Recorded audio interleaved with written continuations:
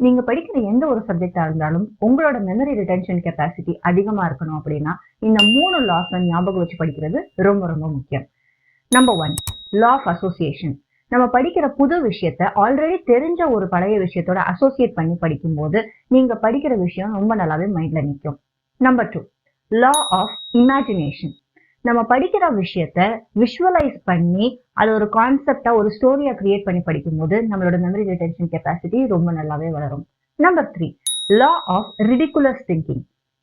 ஒரு சின்ன எலஃபென்ட்னு சொல்றதை விட ஒரு ப்ளூ கலர் எலஃபென்ட் நம்ம முன்னாடி பாஸ் ஆனா எந்த அளவுக்கு நம்ம ஞாபகம் வச்சுக்குவோமோ அதே மாதிரி நம்ம படிக்கிற எந்த ஒரு சப்ஜெக்டையுமே கொஞ்சம் ஓவர் திங்கிங்கோட ஒரு ரிடிகுலஸா ஒரு ஃபன்னியா நினைச்சு நம்ம படிச்சோம் அப்படின்னா கண்டிப்பா நம்ம படிக்கிற விஷயம் நம்மளுக்கு மறக்கவே மறக்காது.